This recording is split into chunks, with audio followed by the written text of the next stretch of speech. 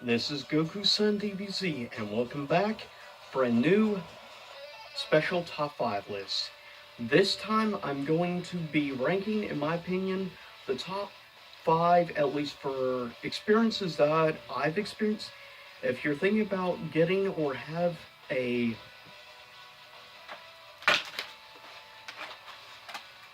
PlayStation VR headset, then here's a top 5 list to check out. These are, in my opinion, 5 of the best VR games to play on the PS4. So with that said, keep in mind these are just ones I have played so far in where I rank them. Well, with that said, these are ones I recommend you check out yourself, purchase or whatever. I recommend waiting for a good VR flash sale or something on PSN, or a clearance sale going on at GameStop. But with that said, first honorable mentions: Eagle Flight, which I believe was done by Ubisoft. It's an interesting game. PlayStation VR Worlds, which gives you like 5 mini VR games. Really, I mainly recommend the one experience that you don't really do much is in the shark cage. It makes you kind of feel like you're underwater.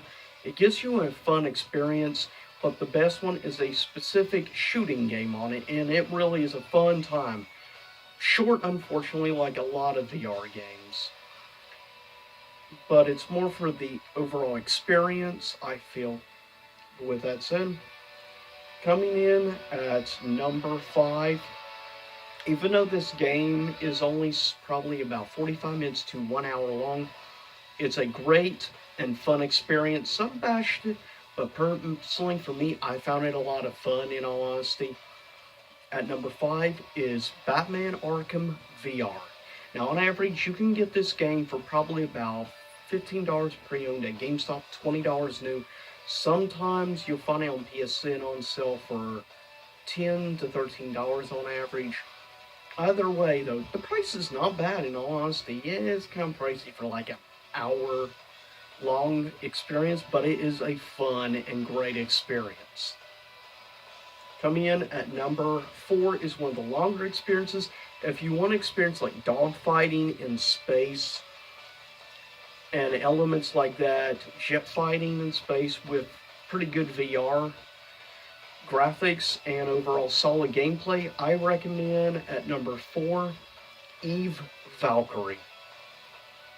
Coming in at number 3, I recommend highly, is a little game called Super Hot VR.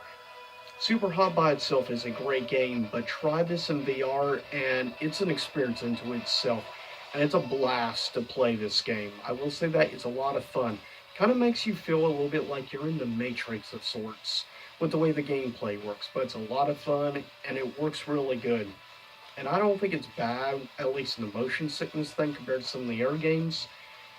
With that said, coming in at number 2 is a tie. One of the games I only just really started playing a little bit. Technically, it's not exclusive VR, you can play it without, but it adds a whole new dimension, pun intended, to the game experience. That is Resident Evil 7 Biohazard. And the other one tied with it is called Doom VFR, which is a great Doom game. It's about, I would say, total game, you're looking at somewhere between maybe 4 to 6 hours, which is a lot of pretty good length gameplay, honestly, compared to a lot of VR games. And the quality is really good too, I feel.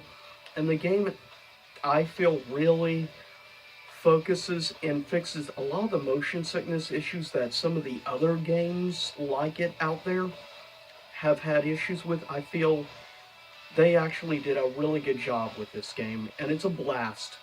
It's really fun, in honesty. If you're looking for a experience Doom more realistic, this is definitely something to try out.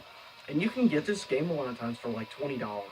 So it's more than worth $20, in all honesty, for the 4 to 6 hour experience. It's definitely worth every penny. It's one of the best deals you're going to find of a great VR shooter. Coming in at number one, hands down, the best on-rail shooter you're going to play in VR. And you can get this game for $20 easily, no problem. And it's more than worth the price. Hands down, it is a game alone, I think, that I'd sell a lot of people to give VR a chance. Once you experience this game, you'll see VR games in a whole new light, especially shooters. This game is superb, and it is called Until Dawn Rush of Blood. This game is superb. If I gave a scale of 1 to 10 how I would rank these games, I would probably rate the Batman game like a 6.5, Valkyrie like a 7.5. I would rank probably Super Hot like an 8.5, which is good. Doom and Resident Evil 7, I'd probably give a 9 out of 10. But Until Dawn, Rush of Blood, hands down 10 out of 10. Superb, solid VR game. If you're looking for a great shooter, great quality VR experience, I recommend these games. Specifically, if you're looking for good shooters, I highly recommend Until Dawn, Rush of Blood, Resident Evil 7, as well as Doom. If you want to try something else, know the first of the rebooted Star Wars Battlefront games is actually works with the VR, and there are exclusive missions in the first game that work exclusively for VR. They're not bad. They're not as good an experience, I feel, with the VR motion stuff as these other games are. But still, it's not bad. If you want a decent first-person shooter that you can play without the VR, but with it, in all honesty, I would more recommend Resident Evil 7 because you can do both. But it depends. If you want a multiplayer experience with VR, then Battlefront's going to be your thing. If you prefer first player stuff like myself, you're going to much prefer Until Dawn, the Doom game, as well as Resident Evil 7. But that said, I'll get ready to cut this video, and seriously, take some of these suggestions, but just know, especially with games like Resident Evil 7 and Until Dawn, as well as the Doom game, just know you're going to have major frame rate issues with a lot of these VR games unless you have a Pro model PS4. You will have a lot of frame rate slowdowns. I'm just giving this piece of info before I cut the video. Just know that that's one thing you're getting into when you get into playing VR experiences. You need to make sure you have the necessary power to run some of these VR games.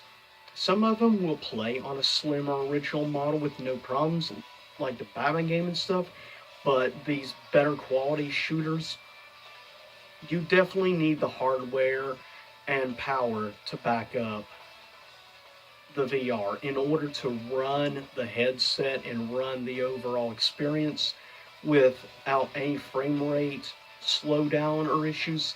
You definitely need the power to back it up, and unfortunately that pretty much requires the Pro model PS4. But anyways, I'll see y'all next time. Same YouTube time, same YouTube channel. I hope you enjoyed the Street Fighter 5 music in the background.